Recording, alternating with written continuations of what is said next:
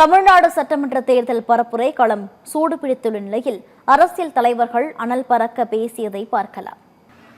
எப்படி உங்களை திட்டங்களை நிறைவேற்றுவீங்க அப்படின்னு கேட்டா வரியை உயர்த்தி நிறைவேற்றணும்னு சொல்றாரு.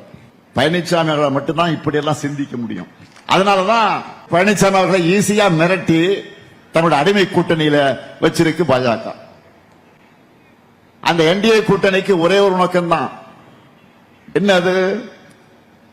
தமிழ்நாட்டு வளர்ச்சியை தடுக்கணும், திராவிட மாடல் ஏற்படுத்தி இருக்கக்கூடிய இந்த வளர்ச்சியை அழிக்கணும். இதுதான் என்டியோட கூட்டணியின் நோக்கம்.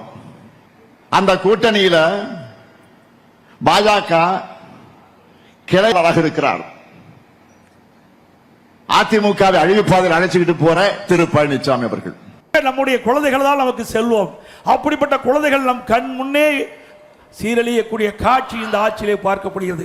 இதையெல்லாம் தடுத்து நிறுத்த வேண்டும் என்று சொன்னால் அனைத்து இந்திய அண்ணா திராவிட முன்னேற்ற கழக ஆட்சி தமிழகத்திலே மலர வேண்டும். அண்ணா திமுக ஆட்சி மலர்ந்தால் 3 மாதம் இந்த கஞ்சா முழுவதையும் தமிழகத்தில் ஒடுக்கப்படும். இன்றைக்கு போதைப் பொருள் முழுமையாக தமிழகத்திலே அகற்றப்படும். மாண்புமிகு ஐயா ஸ்டாலின் அவர்கள் சட்டசபையிலே பேசினது இருக்கிறது. கடந்த 3 ஆண்டுகளில் 1,00,000 போராட்டங்களுக்கு நாங்கள் அனுமதி கொடுத்திருக்கிறோம் என்று பேசுகிறார்கள். 1,00,000 போராட்டங்களை என்றால் 1,00,000 பிரச்சனைகளை மக்களுக்கு கையளித்திருக்கிறது அரசு என்று பொருள். பிரச்சனைகளை தந்தவனை திருப்ப அதிகாரத்திற்கு எப்படி வர முடிகிறது? எந்த இடத்தில் தவறு நடக்கிறது என்பதை அறிவு சமூகம் ஆய்ந்து அறியணும்.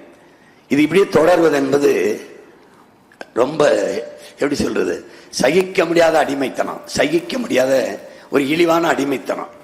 ஒன்றிய அரசு பட்ஜெட் போட்டா தமிழ்நாட்டுக்கு ₹1 கிடையாது. தமிழ்நாடுங்கிற பேரே பட்ஜெட்ல இடம்பெறது கிடையாது. ஆனா தேர்தல் வந்தோடனே திரு மோடி அவர்களும் அமித்ஷா அவர்களும் மாறி மாறி இன்னைக்கு தமிழ்நாட்டுக்கு வந்துகிட்டு இருக்காங்க. அவங்க 2 பேரும் வராங்களே தவிர தமிழ்நாட்டுக்கான நிதி வருதா? தமிழ்நாட்டை முற்றிலுமாக தவிர்க்கக்கூடிய பாஜகவை தமிழ்நாட்டு மக்கள் நாம தவிர்க்க வேண்டும்.